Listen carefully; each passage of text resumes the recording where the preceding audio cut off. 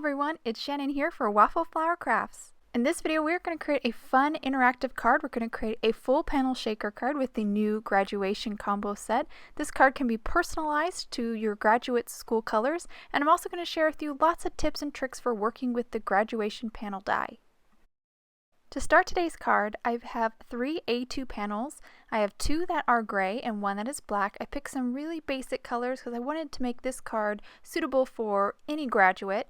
I'm going to die cut one of the gray panels and the black panel with the graduation panel die. Just going to center it here on this gray panel. And once I get it in centered, I'll then grab a couple pieces of tape and kind of hold that die and paper together and then run it through my die cutting machine. I'm going to pop out all these little tiny graduation hats and save them. I'm going to actually use those later, and then I'm going to run my black panel through and do the same. Actually didn't save the black graduation caps, but you could if you wanted to use 2 colors in your shaker card. So now I'm going to actually rotate the gray panel and place it behind the black. By rotating it, I am going to change the look of these graduation caps. I'm going to make them look a little dimensional. So I rotated it and slid the gray panel down, and as you can see here, it kind of creates like the top part of the cap. And now I'm going to show you one other kind of look. You can slide it up, and then that actually kind of distinguishes the bottom portion a little bit. I actually prefer sliding it down and creating the cap. I think that just has a more natural look. I think the cap kind of always looks like it stands out a little bit more than the kind of the part that actually sits on your head. And so I slid it back down and then just traced with my pencil the edge of my black panel, and then I went ahead and cut it with a paper trimmer. It basically cuts just above the little stitched line that the die creates in the panel. So now I'm going to move on to adding a little shadow to what is now going to be the edge of the top of the cap. So I'm just taking a Copic marker here and just coloring right along the bottom of these caps that are flipped around. And this is really easy, simple coloring, just kind of coloring just beyond the edges of the cap. I want it a little bit longer. That way, because if you put the top plate on here, you'll see that the top of the caps are a little bit wider than the base, obviously, so you have to go beyond the base. And once I finish doing that little bit of marker, I'll hold up to the camera here once I get my layers together so you can really see the effect. That little bit of shadowing just makes that top cap pop even more. So really simple to do, but adds really a dimensional look to those little graduation caps.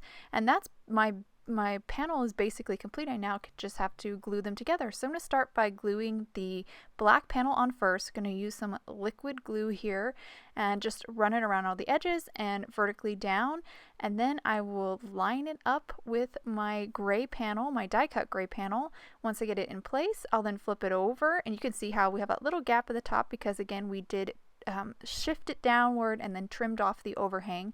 Again, I added adhesive to the back side of these 2 panels and then just adhered it onto my plain gray panel. And here's our finished look. Really cool dimensional caps. Of course, you could just stop right there, but I'm going to move on and actually create a shaker card with that panel. But first I'm going to stamp my sentiment real quick. I grabbed a sentiment from the graduation sentiment stamp set included in the graduation combo. I put down some anti-static powder because I'm going to heat emboss this. First stamped it in VersaFine Onyx Black ink, then just dipped it into some clear embossing powder, and I'm just going to heat set this. This is just going to give it a nice shine. Now that I have my sentiment stamped, I'm going to die cut it out. I'm using a frame die from the new Classic Frames die set. I love this little set, very handy to have, and I love this rounded rectangle with a stitched border. Now that it's die cut, I'm going to stamp this little cap here, also from the graduation sentiment stamp set. I'm going to ink it up in a gray. This is Waffle Flower's Like a Pro. Now that that's stamped, I'm going to move on to creating my full panel shaker. I have a sheet of acetate here that's 5 1/4 by 6 1/2, and I'm going to score it on at a half inch on all 4 sides.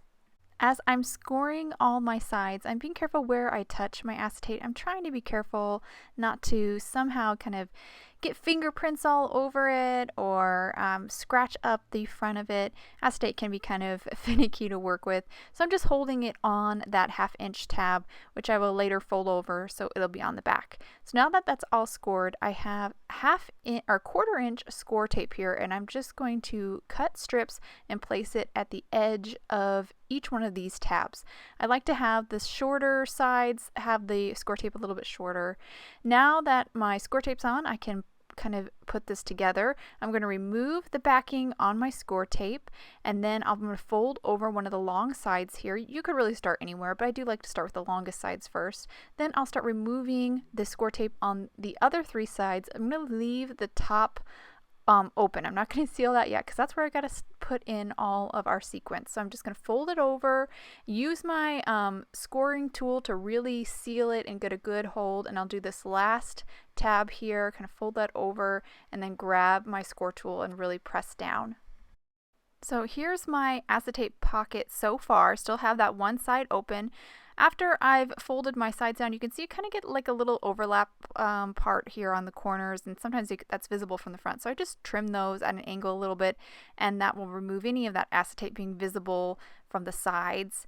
And now I've grabbed some sequins and my gray graduation caps, and I'm just going to mix that up with this little kind of clear sequins mix here, and then I'm just going to pour it inside that open side of my acetate pocket.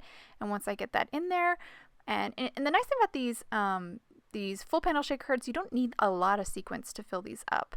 So now that I've got that kind of full, I'm going to just remove that backing on my last tab and then fold it over. And once again, I'll use my scoring tool to really get a good seal, and then I'll grab my scissors just to kind of clean up those edges a little bit. And that's basically my full panel shaker. There are lots of ways to make full panel shakers. This is just one way that I really like to do it. And now we're going to move on to just finishing up this card. I'm going to add some tape to the back side of my sentiment and just center this and place it right on the front of my shaker. Once I have that in place, I'm going to flip this whole panel over, my whole shaker over, and actually adhere it on to my card base. So I have an A2 top folding white card base. Just going to stick that right on there, and that will complete my card. I'll now hold my card up to the camera so you can get a good look at this shaker card. Really had fun creating this. Love the little layers that we created just by shifting our graduation panel and adding that little bit of Copic to the edge. I think that just adds a lot of dimension to those graduation caps. And you could just, stack those panels and not even create a shaker card, just leave it at that. But of course I have to gild the lily, so I did make these into shaker cards. Here's my second card I created. This one has school specific colors. I just want to show that you can kind of customize this design too and make it those school colors, which is a really fun way to personalize. I hope you guys enjoyed today's card and video. If you'd like any more information on the products I use, please head over to Waffle Flower, and you can follow us on YouTube, Instagram, and Facebook for more creative ideas. Thanks for watching and have a wonderful day.